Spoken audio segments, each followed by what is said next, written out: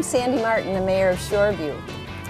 In celebration of our 50th anniversary as a city, I'd like to invite you to join with us on this historical heritage tour. We'll talk to some pioneers and some community leaders from the past. And we'll learn a little bit about what it is that distinguishes Shoreview with our parks and our lakes and our rich business history and our immigrant farmers and even a few notorious gangsters. So join with me as we travel down memory lane.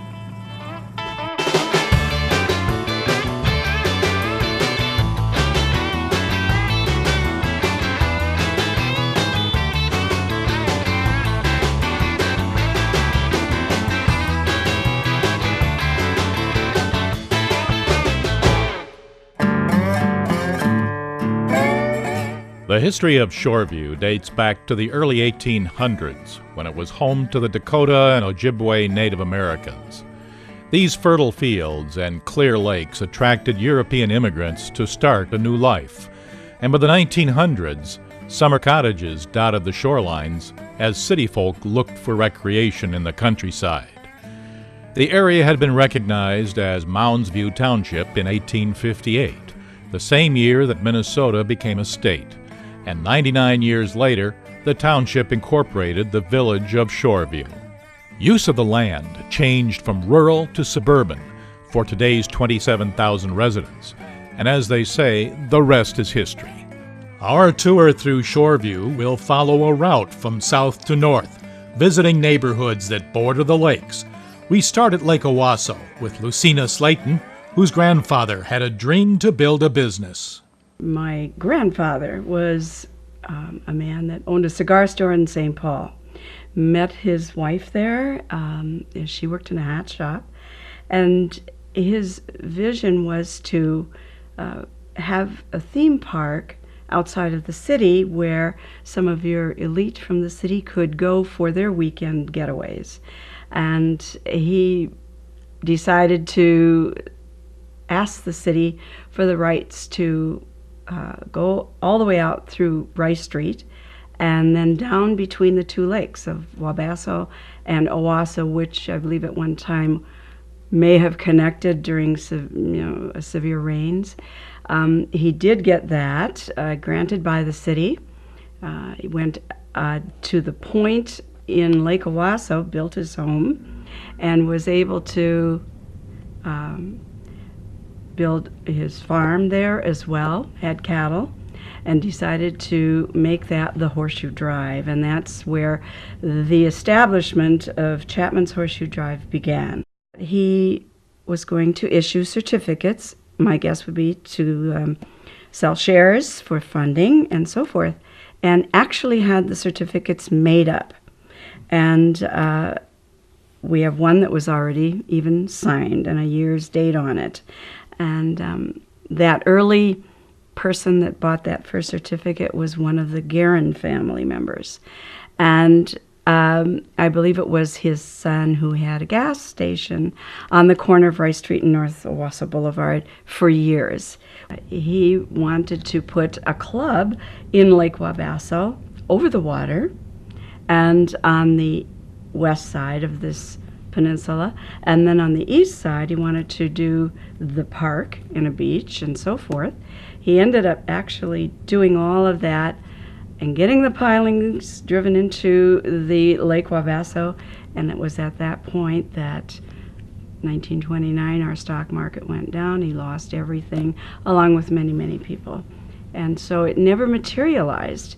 But up until that point he did have the Hawaiian nightclub, which we knew of later. However, when he owned it, it was called the Velvet Inn Simi Bathing Club.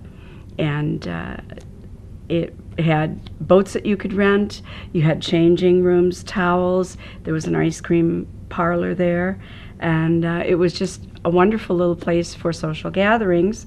A nice beach, and that was on the west side of the end of Horseshoe Drive. On the east side, that had not yet been developed, but we now know that as Lake Owasso Beach Park. In 1961, I bought the island on Lake Wabasso, and then it took 2 years to get our plans all together and everything and decide what we want to do. And then I didn't want to live on a true island. It would have been nice, but there's a lot of things when you have to use a boat to communicate back and forth. And so I lucked out, and I got permission from the DNR to turn the island into a peninsula, because to build a bridge and everything, because I had to have sewer out there, and to put a sewer pipe out there and heat it and all that kind of stuff would have run into a lot of problems. There were so many memories. We had parties and gatherings, and no matter what came up, there was a neighborhood gathering.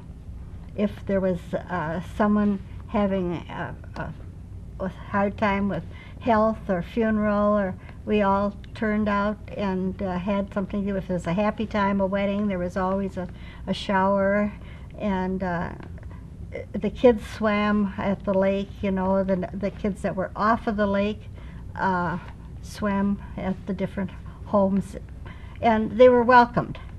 Another establishment was the Preventorium, it was called in those days.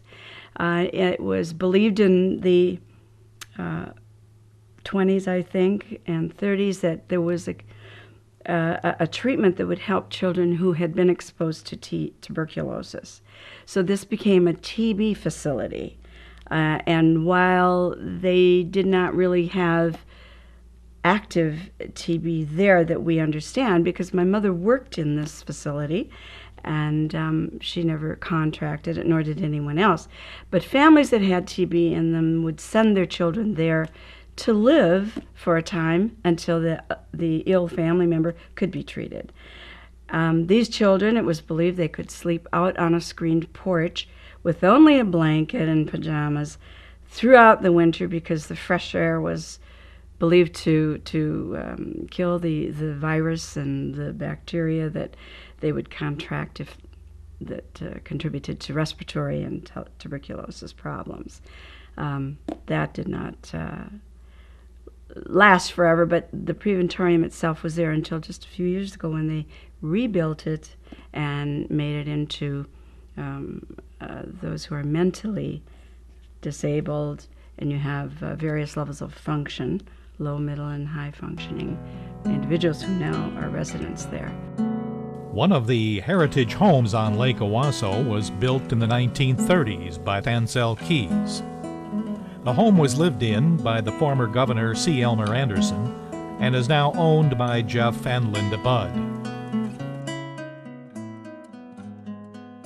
One of the things that you'll note is the large stained glass window there, the ivy covering the house, the lower part on the right there where his Ancel Keys' office used to be, and the entryway, the steps leading down to the front door.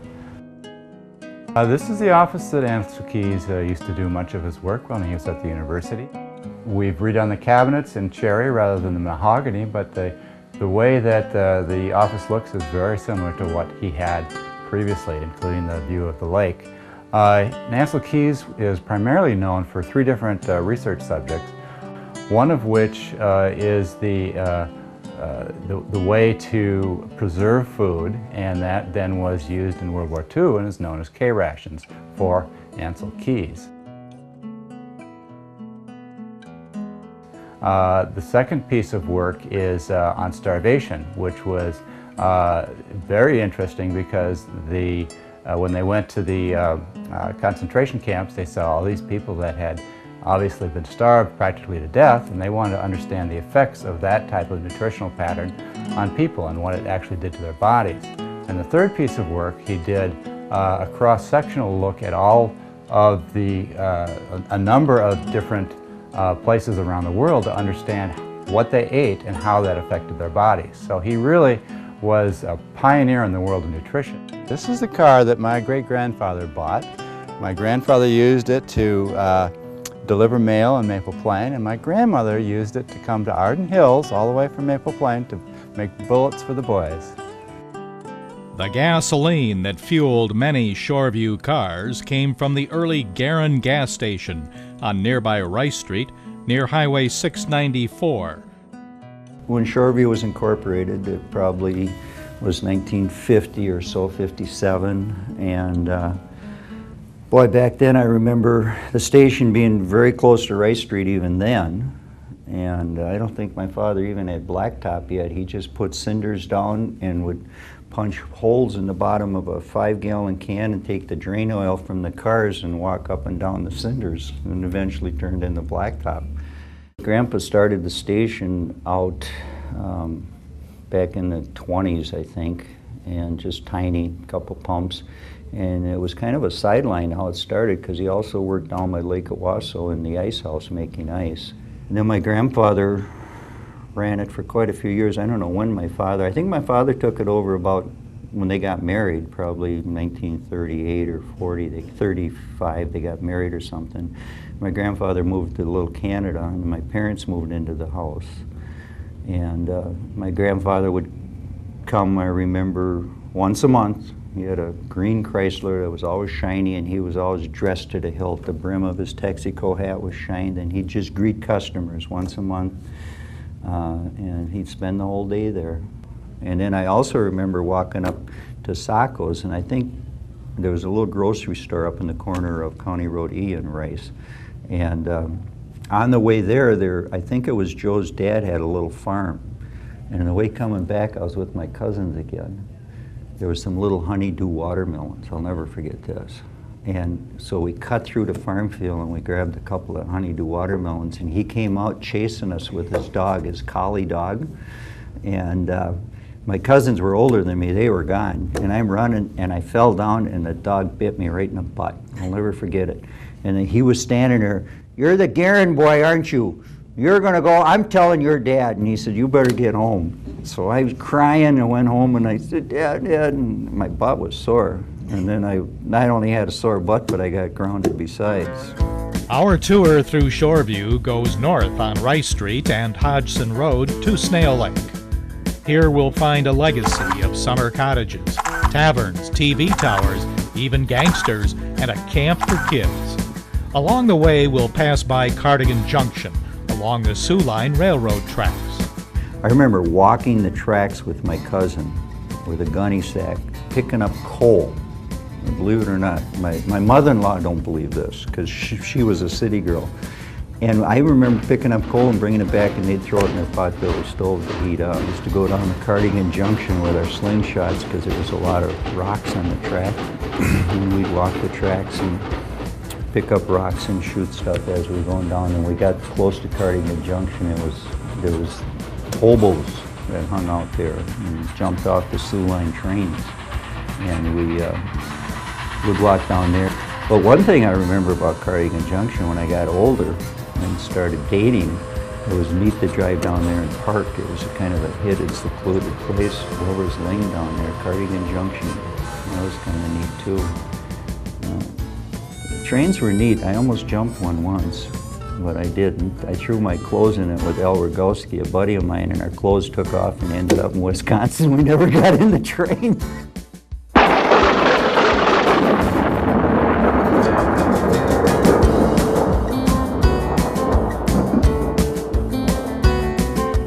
If there is one prominent landmark in Shoreview, it's the twin TV towers, just south and west of Snail Lake. TV towers. Everybody identifies with Shoreview on those TV towers. Well, it was an identity, and it was an industry, and it was a business, and it was welcome until one of the towers collapsed. I was looking out my window on a clear September morn at a giant steel tower that rose high above the ground. And all at once it began to shake and it gave out with a moan. Oh God, what's happened to that tower of steel and stone? And that day, the day after Labor Day, 1971, at about 8:30 in the morning, that horrendous thing occurred. I heard of it on the news and was summoned out there, and I was there within 40 minutes after the tower collapsed. And some very unattractive scenes at that time. There were 7 lives lost. We then tried to turn that around to our advantage in that we were firm with the tower developers that they would be absolutely more careful, more guaranteed. The city, by the way, was held blameless. The work of our attorneys and our staff, we were not liable for anything, and there were $64 million worth of lawsuits filed as in the years following that collapse. They came back with a different program, and it's worked fine.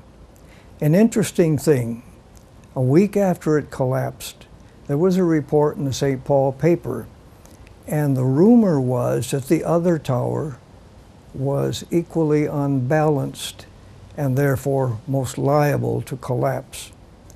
I did not be so dutiful as a mayor, but I went right out to the site and talked to the engineers. They assured me all was well, and then through that famous statement, "Would you like to go up and check for yourself?" Which I did. Interesting, great experience. Climb up a steel ladder, take the elevator, 100 feet a minute, 1,400 feet to the top, and you see Shoreview. You can see, as they said in the song, you can stand on a small thing and you can see forever, could see tomorrow. On the northwest corner of Snail Lake was the 80-acre Fabianski farm, of which nearly 6 acres were sold in 1966 to Don and Molly Pappenheim, who started their Victoria Valley orchard nestled into the rolling hills and hollows of Victoria Avenue. It was named the best small family farm in 2007 by the Ramsey County Farm Fest. We came here in 1966, and this was one big, wide open farmstead. There was nothing here. And now we are surrounded on 3 sides with houses. And also, when we came here, there was not much in corporations, but corporations actually grew right up around us. There's Deluxe Check came in, Medtronic, Land O'Lakes, Fool's Luck. We didn't know that was going to happen, so we wound up with rather a built-in business because those corporations were so close. My husband put in the 10 apple trees, and when we got up to 200, I decided, this is not going to be a backyard enterprise. And now there are 850. You really are at the mercy of your trees because you have to do what the trees want you to do when they want you to do it, not when you feel like working out there. If they need to be sprayed, you spray. If they need to be picked, you pick. If you need herbicide under the trees to protect them from weeds, you do that. It's really quite a large job. The only time that you are really free is maybe in one of the winter months. I'm responsible for pruning the trees in the wintertime. I'm responsible for the spray program that we put on here. I monitor the insects. I'll monitor any kind of funguses that we might have. Cut the grass, maintain all the equipment. We got 50 new varieties coming in. Of one variety, it's a new apple produced by the University of Minnesota. They call it a 1914. It hasn't got a name yet. It's a cross between a Zestar and a Honeycrisp, and it's going to be an exceptionally good apple. They're going to call it a club apple. It's going to be exclusive to Minnesota. It's patented. You have to pay royalties to grow it, and they're going to monitor its locations. We have the best of both worlds. We truly do. Access to all of the wonderful things that go with the Twin City area, but you feel like you're on somebody's farm, and it is that. And I do believe that people come here for more than just apples. I think they come here for the same reason that you're saying. It's peaceful and it's serene, and it's like you've taken a step back in time. There are some people who also come for the annual blessing of the crop that has been celebrated at Molly's Orchard for 27 years with the help of clergy from St. Odilia's Church.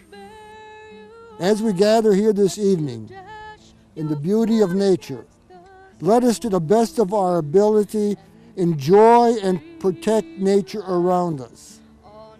Then let us pray during this Mass for the abundant crops here and throughout our land that we are hoping for. John Chapman, affectionately known as Johnny Appleseed. Back about 200 years ago, he was said to have traveled across the United States, planting apple orchards. No matter where he went, he planted them.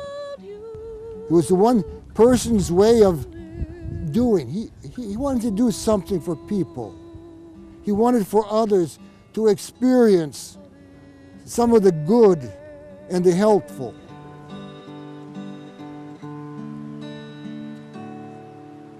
Farming in Shoreview was a tough business proposition, especially during World War II, when many families sent their sons to foreign soil. Howard Lundgren went to war and came back as a dairy farmer just west of Snail Lake. We used to actually herd the cattle down County Road F onto that parcel of land. And at the time I had a little Shetland pony, and of course I'd ride him back and forth and herd the cattle, and there'd be one long string of about 60 head of cattle going down County Road F to the pasture, or grazing for eating. And invariably I might meet one car, sometimes none, the whole time herding all those cattle down County Road F and crossing Lexington, which was the main crossroad. Most of the farming community had sold, auctioned their stuff, and because they didn't have help to run the farming operations, so they auctioned off their cattle and machinery and stuff, and so all the neighborhoods were kind of in limbo. I mean, people were there. Well, a lot of them had moved to town or something, but it wasn't a farming community as I knew it. Because my dad, he had sold off, or had an auction and sold off everything too, shortly after I left. Actually, you couldn't make a living running a farm on 40 or 80 acres because you couldn't raise enough hay and corn and feed for that many animals. So it was kind of at a stalemate. Most of the people wound up working in town, you know, at some place in town. Well, of course, a lot of them worked at the arms plant. If my parents would come back now, they'd say, "What town is this?" I mean, Well, it's the roads, the traffic. yeah, I mean, well, it's from rural to city, 100%. One of the few remaining barns in Shoreview is on Snail Lake Boulevard. Miraculously, it survived the direct hit by the 1998 tornado, which damaged 631 other properties and was witnessed by Andrew Revering and Tim Johnson driving their car on Rice Street near 694. Holy cow. Oh man, look at that fog cloud right up there, isn't it? I think we better pull off to the side of the road. Thunderstorm warning or something like that. for Washington County and East Central Minnesota. Some can produce. What is that behind us? Oh, shoot! It's right over us! Today, the historic barn is cared for by Jerry and Gregory Oftedal. The barn was built about in the 1890s by Joseph Kinberger. He was a lumberman from Austria. His business burnt down over in Austria, and then he moved over here, immigrated to America. And then he found this on the lake, probably because of the sawmill. He wanted a place, and so he bought it up in 1893. And then he built the sawmill and the buildings too, all by himself. They built this barn out of salvaged boxcar wood. And that building over there as well. When he first immigrated here and he started buying property in Shoreview, he stayed in that in the summertime. In the wintertime, he went back to St. Paul. While he stayed in there, he built the other buildings on the property and built the sawmill. The door is on the other side, on the far side.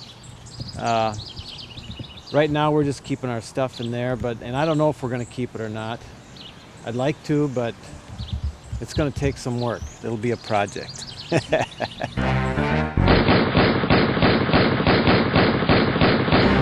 Public enemy number one, John Dillinger, drove this road in the 1930s to the Snail Lake Tavern to meet close personal friends like the Alvin Karpus Gang, Ma Barker, and Harry Sawyers, who all sought refuge on the lake shores. But to hear it from the locals, Dillinger was a pretty nice guy and didn't bother anybody if he wasn't hassled by the law. His brief career ended at the age of 31 in 1934, outside the Biograph Theater in Chicago, under a hail of bullets from the FBI. See, I was like maybe 4 years old, and Dillinger, Sawyer, Gladys, and there was another lady there, and I just assumed that it was Dillinger's girlfriend. And they bought me ice cream again, and I sat on his lap, and I always thought he was handsome as a child. Oh God. Well, they were dressed always so neat, you know, and actually I never seen people too much around that area that dressed in suits or slacks. It was always bib overalls, you know. So. I have a vague remembrance of just a big black shiny car, and my father talking to some people. These guys, they were all dressed up, and this one fellow got out of the car, and I was, of course, kind of hanging on to Dad, and Dad was talking to this guy, and this fellow reached into his pocket and gave me a big Baby Ruth candy bar. Well, of course, I lit up like a Christmas tree, and Dad says, well, say thank you to the man. So, you know, kind of bashful, I says, well, thank you, you know how kids do. And he patted me on the head, and that was, you know, and then Dad continued to talk to him for a few minutes, and then we left. And then that was the end of it. And then back in the 40s, when I was in my teens, my dad and his brother was in from South Dakota Farm, and they were talking, and Dad brought that up, and he asked me if I remembered that. Well, I remembered the candy bar. Well, that turned out to be Dillinger himself. I don't know who it was. It was Dillinger, Ma Barker, who got a hold of my dad, and they wanted some hay. They had some cattle too, or horses or something. So they told them that they wanted a load of hay for their stock. So he got a hold of Virginia's dad, and they both delivered a load of hay over to Snail Lake Boulevard and Hodgson Road on the northeast corner there. That's where they lived. And that's the only incident that I... Oh, and then my dad says, well, there was all kinds of expensive vehicles there when they drove in with the team of horses to unload the hay. And my dad was aware of who they were, apparently, because he says, Virginia's dad asked, what's going on here with all these cars? Well, he says, don't ask any questions, just hurry up and load the hay. Brother Bob, he worked there as a young boy, and he was plowing, and they didn't want him to plow in the middle of the field. So my brother thought, well, okay, you know, if that's what you want, that I won't go near there. And it was later years that we found out that there was ammunition that was dug in there. Across the street was the Snail Lake Tavern. My uncle used to run it for a number of years. He bought the property from Miss Springer. He had different people manage the tavern over the years, but in the end he was the one who worked with the city, and the city asked him, they grandfathered some promises on the properties if he would tear the cabin down. I think maybe at times it was a problem for them to have the cabin there. I'm not sure why. I think that a lot of people would park up and down the street, and it was more of a dirt road at the time, so that was blocking traffic, and there were parking issues. And I don't think the crowd was too wild. They were mostly polkaing people.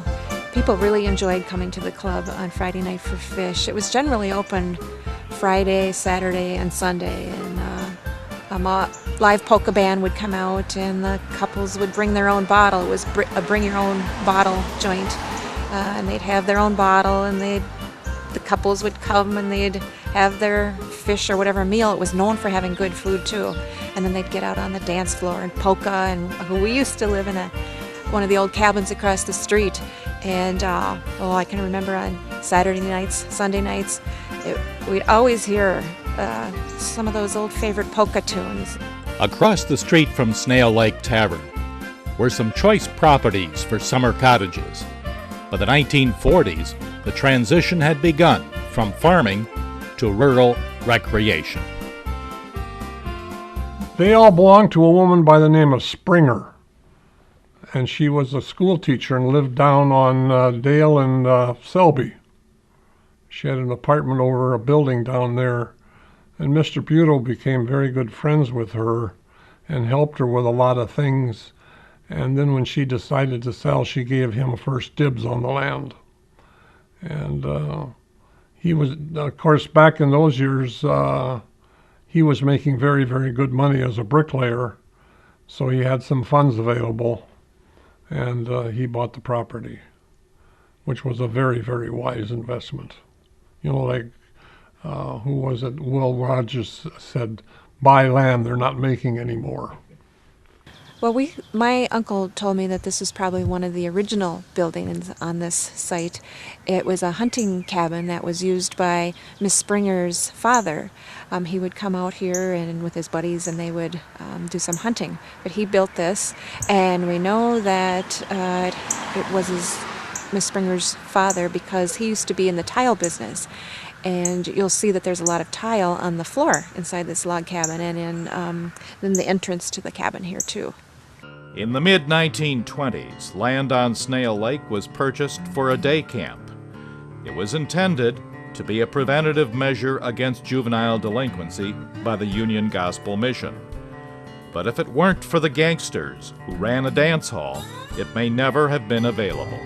A long dance hall with rooms on the second floor, and it was called Paradise Park, and everything was for sale at Paradise Park, and the underworld had made an agreement with the cops that if nothing bad happened in Ramsey County or St. Paul, they could do what they wanted to do.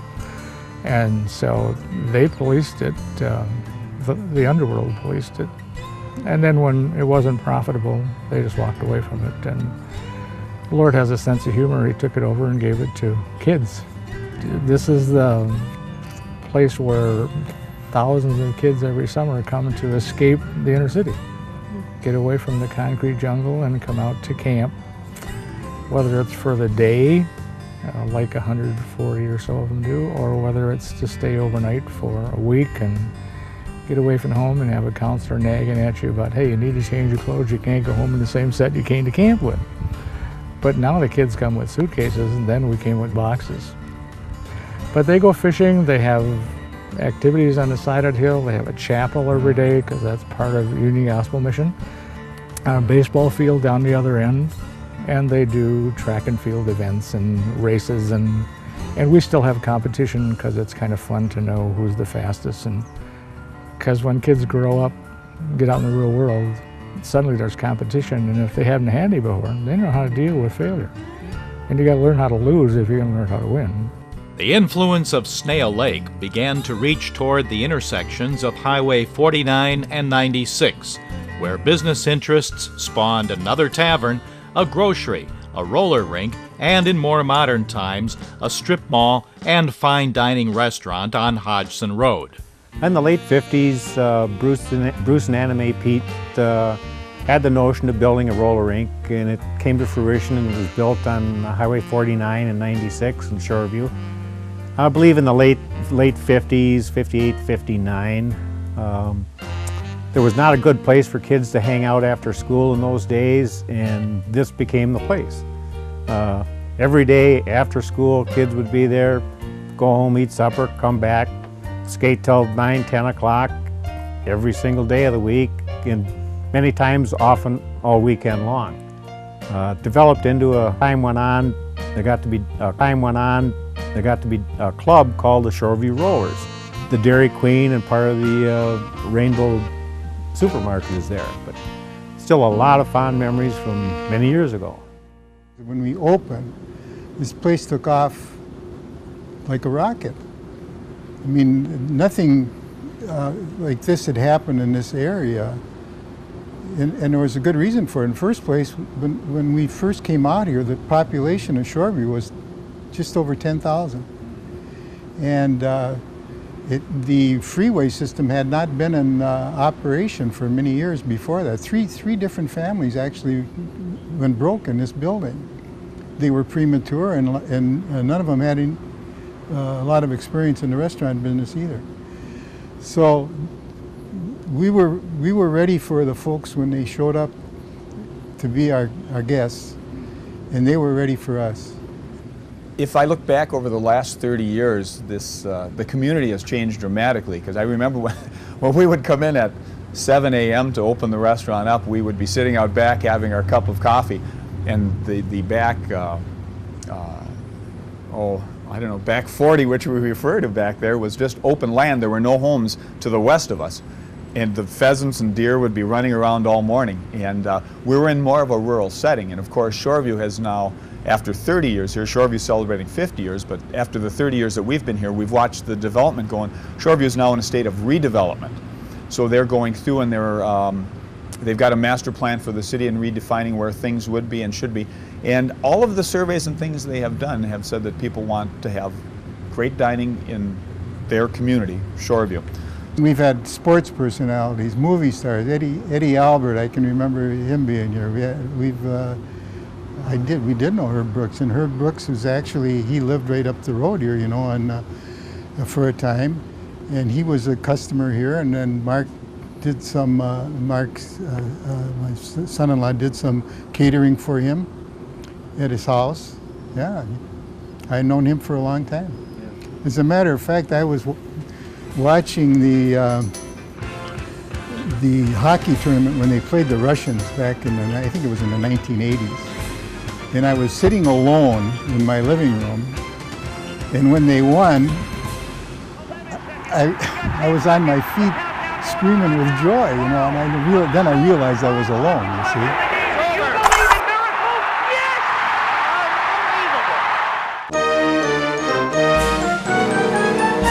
We continue to travel north to Turtle Lake, the source of recreational sports, from sandy beaches and the annual July 4th boat parade to the Turtle Man Triathlon.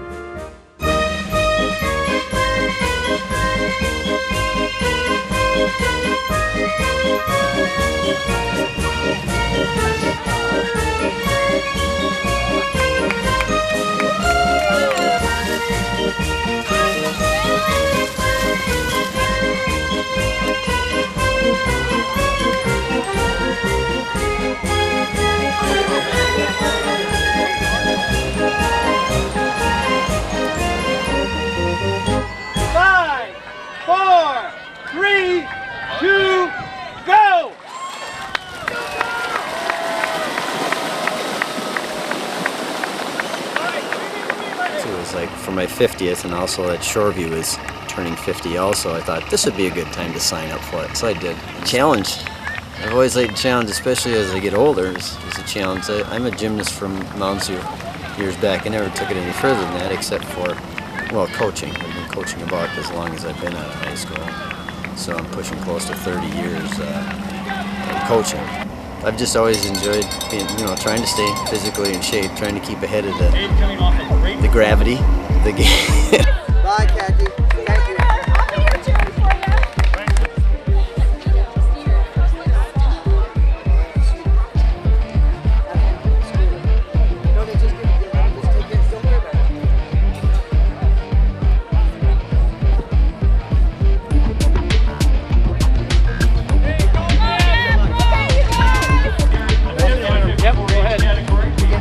Thank you.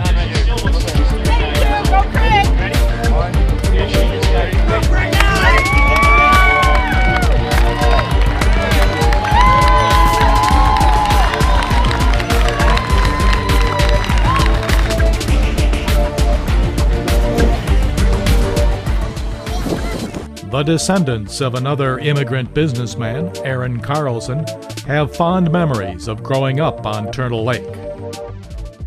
Growing up here in the 60s in high school, we used to have a ball on Turtle Lake every summer. We had a lot of friends, some coming out to their summer homes and some like ourselves, my siblings and I, who lived here year-round.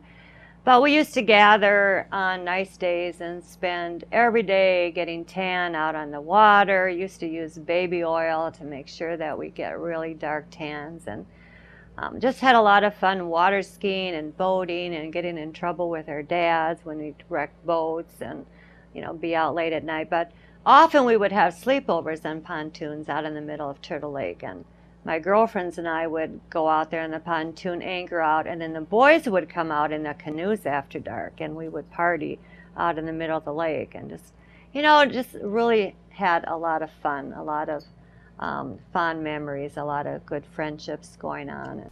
We rented out boats, had picnic grounds, a little confectionery store. That was the way it was started, until it grew, of course, into later years. People used to come out from the cities by riding horses. They would tie their horses to trees and stay overnight. Next morning they would fish. When I was with my uncle on the lake, I spent practically all day long, all summer, out on the end there fishing, catching the pickerel that are on the rocky shoals out there halfway in the lake. And you couldn't find angleworms around here, so you had to use potato bugs. But that fish, some fish, they wanted something to eat. And the pickerel there were always hungry. I had a basserino and a daredevil. That's all the equipment I had. And I'd go out on the rocks and I'd usually catch a pickerel.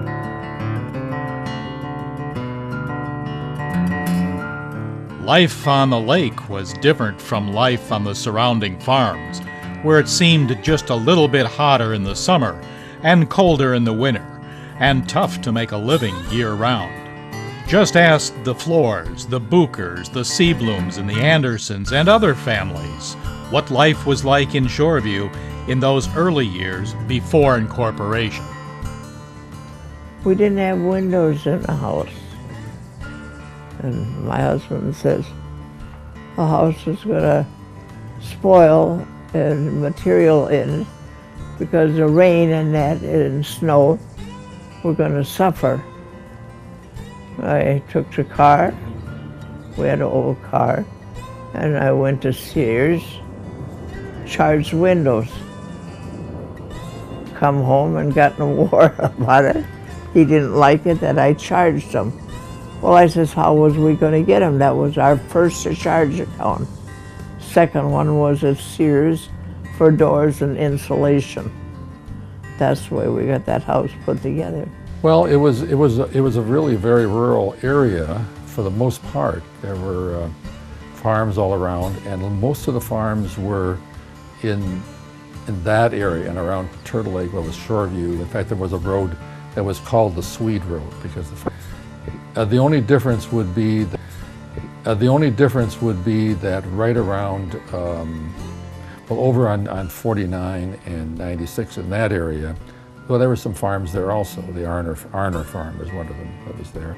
But there were also people then who worked in the city. And actually my mother was one of the first, when they first got married, She had a Model T and my dad had a Model T, and so she commuted to work at Montgomery Ward's each day. Dairy farm, we had milk cows.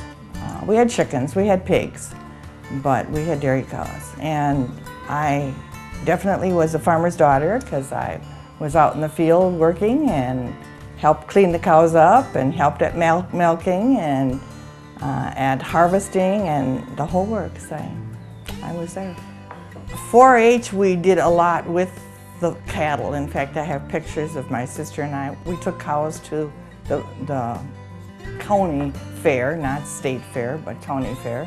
4-H used to be called Boys and Girls Club, and then it was established in 1915 to be 4-H, called 4-H. 4-H is head, heart, hands, and health. And so I think it's gave me courage to do things I maybe wouldn't have done otherwise. So. And then my oldest brother, he raised rabbits, and so that was really a big deal. The rabbits, we had to help feed and everything, and that was meat. That was another thing. Homegrown rabbits got snow white meat. You go to work and wonder, oh, I ain't gonna eat that, I ain't gonna eat that, you know. Well, one Thanksgiving I ran out of turkey, fed all the kids in there, and Shirley says, I'm going down to the freezer and get some rabbit. I said, yes, keep your mouth shut. They all thought it was turkey, and they ate it and thought it was, and it's good to this day now, they say. Living on my grandfather's farm was important, and we had some real rich experiences, but we wanted to be sure and have some relics. It was very important to my father, I know. He kept a lot of my grandfather's tools, which I now have. And but this is my grandfather's milking stool, which obviously he made, probably from wood on the farm. Obviously had to repair it because of the nails in it and the cracks and so on. And it still has, as part of its patina, probably some of the old manure, which still adheres to it and gives it part of its character. It's never been, believe me, it's never been refinished. It was in the 50s, it was quite free out here. You know, there wasn't a lot of homes in that, and so we could do a lot of things. And the firing range on Highway 96 in Lexington, right where the National Guard Reserve Center sits now, there was a long building that sat there, and that they would shoot bullets out to the pit out in the arsenal. In fact, the big pit is still standing out there. And every so many rounds was a tracer, and at night, when they did their firing at night, you could see the tracers go out across the grounds there. And my grandpa and grandma's barn was north of that on Lexington, and on the side of the barn there was several holes in the side of the barn where the bullets had they missed the pit and was shooting too far off to the right, and would come out and hit the barn, you know, or the barn roof. You could see that. Mom talked about Dad plowing snow in the wintertime. He had an old Farmall M with a big V plow on it, and he would travel around Turtle Lake and plow driveways out, both on the lake and across from the lake, and he'd take off in the morning after chores, would be gone all day and well into the night, and come home and milk cows, and that was the end of the day. But it's always something going on. It was always busy on that farm, from what my mother had said.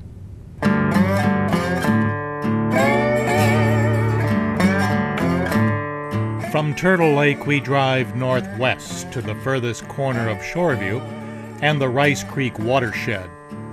On the way, we'll stop at the historic Leipak Larsen house, built in 1896 by August Leipak from Germany, and a home to Art Larsen for 65 years. It has a variety of period relics and is still operated by the city and the North Metro Housing Resource Center, which provides informational assistance to area homeowners. Rice Creek cuts a diagonal across the far northwestern boundary of Shoreview. Its total length is 28 miles and emptying into the Mississippi River at Fridley. The creek was reconnected to its original meandering path in 2005 to slow down the flow and enhance native vegetation and animal habitat.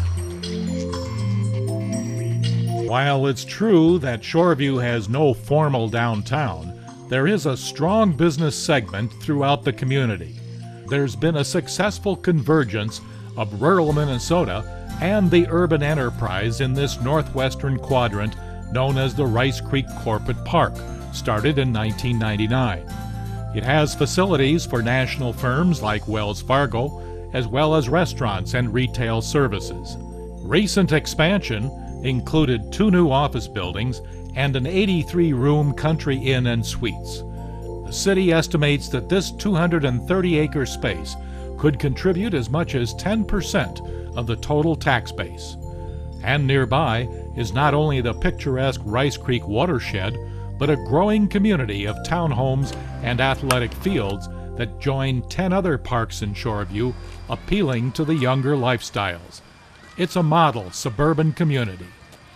The business development climate was much more active than it is today, simply because there was more land available that was zoned appropriately for buildings.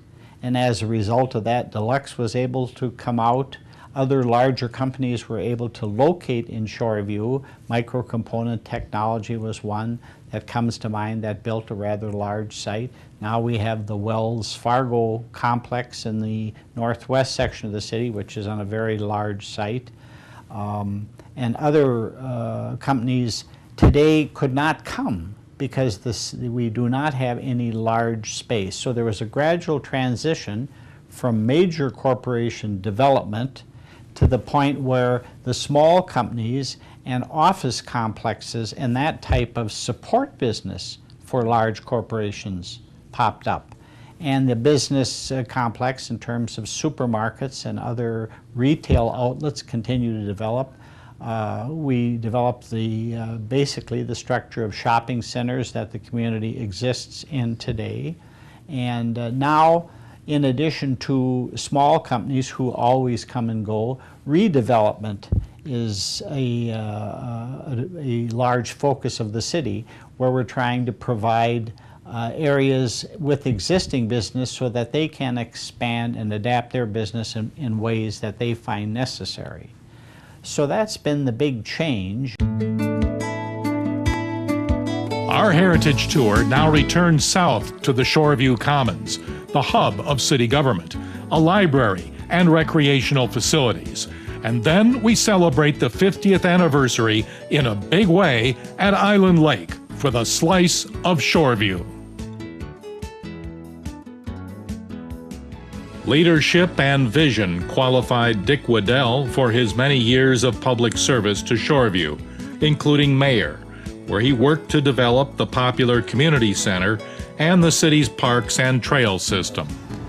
Well, I was with a group of people that were in the JCs or some organization like that, but they were concerned about how do we protect it, because it's beautiful country here and we've got ponds and lakes and wetlands, and that became an issue. How do we protect some of these beautiful areas, because this area wasn't that beautiful way back when. There was a lot of dead trees in there, and people were dumping things in there. We had to protect it. So that's what we tried to do. The city, fortunately, has always had a strong planning focus from its leadership. Going way back, the councils set out comprehensive plans and capital plans and development plans that were very far-sighted. Well, the one I personally like, it's very visible, is the community center. We always used to talk about it. Shoreview's not likely to have a downtown, but we need a place where people can meet and deal with each other. And having a community center gives us a chance to meet people from other parts of the city that are into other things, and we're not forced into just living in a small neighborhood.